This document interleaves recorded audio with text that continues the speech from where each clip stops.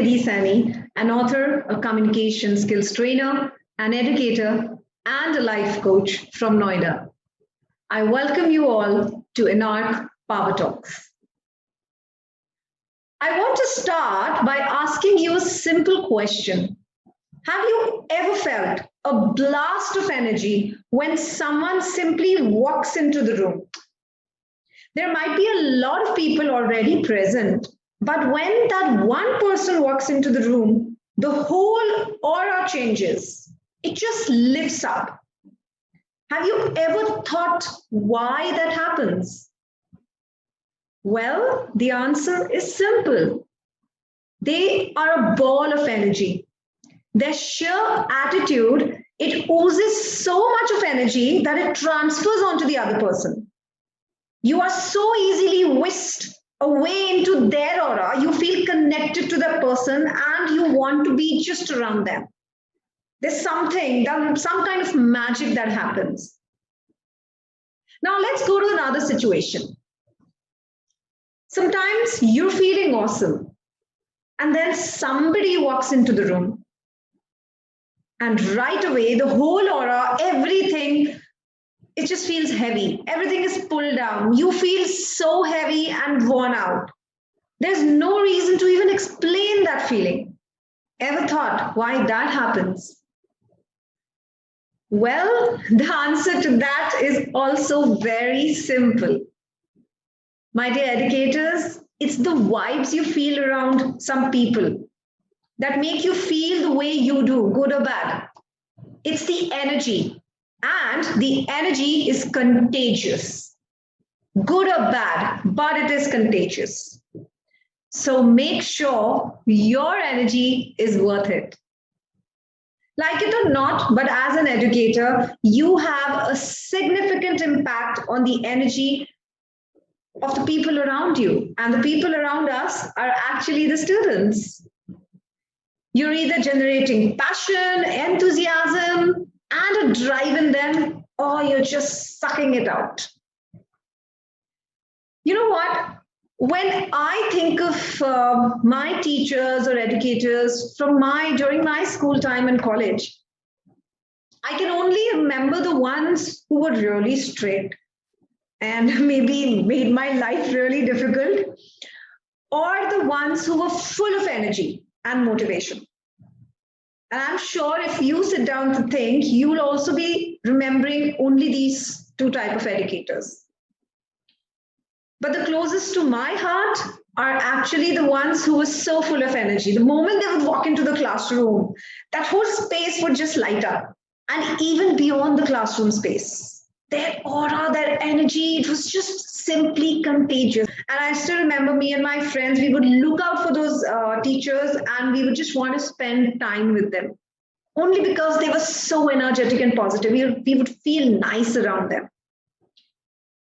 So we as educators have the power to transform lives and inspire those young minds to believe that they can and they will change the world.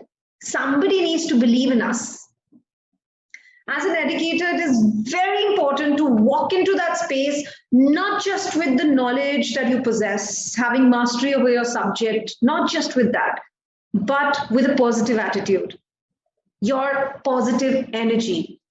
Whatever you walk into the classroom with, it has an impact on the learning and the way you lead those young minds in front of you. You cannot fake energy for sure. That's the bottom line. You cannot fake energy because it comes from within you. I've seen so many educators walk into their classroom spaces, there's a burden on their shoulders. They just pass through their time in that classroom. There is no emotional connect. There is no vision. The only vision or the mission, actually, I should say, is to, tick mark the box that the task is done. When you are feeling the burden of your work, imagine that burden transfers to the classroom, to those young minds in front of you. It creates a dull space at the end of the day. I've seen so many educators complain that students don't connect with them. My question is, how will they connect with you when you didn't connect with them? And on the other hand, there are educators who live their work. They believe in themselves and they make sure that the learning interaction is fun. Even if they are not masters of whatever they are doing, they may not be, but the way they transfer that particular knowledge, the way they come prepared, the way they are all energetic, it just makes the interaction fun. Their body language speaks for itself, their voice speaks for itself, and the whole space lights up. And the students lighten up too. Such educators will end up creating fun in the classroom. And you know what? It's not about what you speak or your verbal communication. Most of it is all non-verbal communication. What is non-verbal communication? Ever thought about that? I'm sure you know. It's so important. Your facial expressions, how you react, how your body reacts to something that you have around you, how you have heard, the tone, the pitch of the voice, gestures displayed through body language, your communication, your proximity to your learners, all of that really matters. Even those small little mannerisms that you carry with you, everything matters. All of this comes when we as educators enjoy what we are there for. You have to decide what your outcome needs to be. Whatever be the topic that you are discussing, if you as an educator enjoys delivering that topic, believe me, you will pass the energy to the students. I feel times have changed where we cannot read out a textbook and expect the students to just mug it all up. Not possible.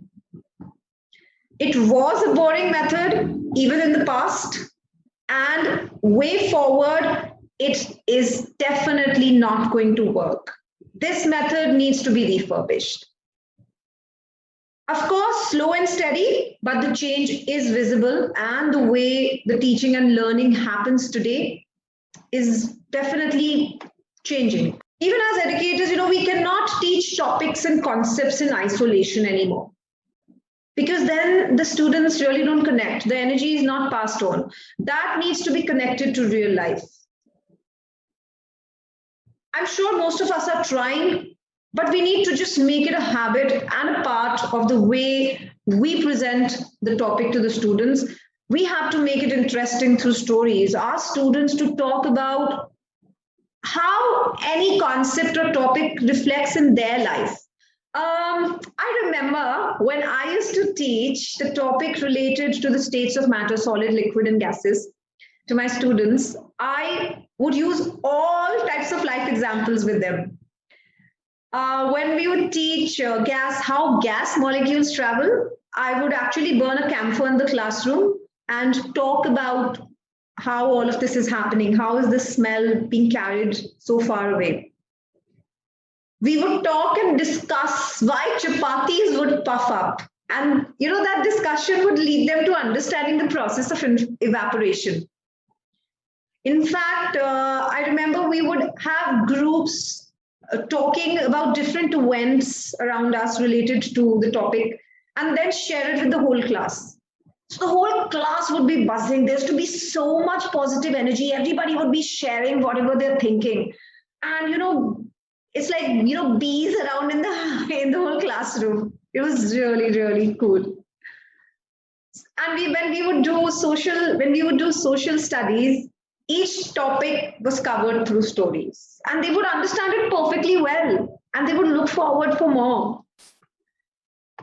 It's a universal fact that each educator needs to understand and accept this methodology. Children do not understand in isolation. Learning best happens through stories and connections. and it infuses so much of energy in that interaction. Talking about energy, I've been talking for so long about energy. Talking about energy, it cannot come with a one-way interaction. And what happens normally in a traditional classroom is a one-way interaction where the teacher only talks. It's more lecture-based. It's very rare that students actually get a chance to talk and express. I remember when I did my CELTA, I had to unlearn the traditional methodology of teaching. Thankfully, it wasn't that difficult for me to unlearn it because I was already an experimental educator. However, undergoing training through CELTA helped me understand the importance of a buzzing classroom.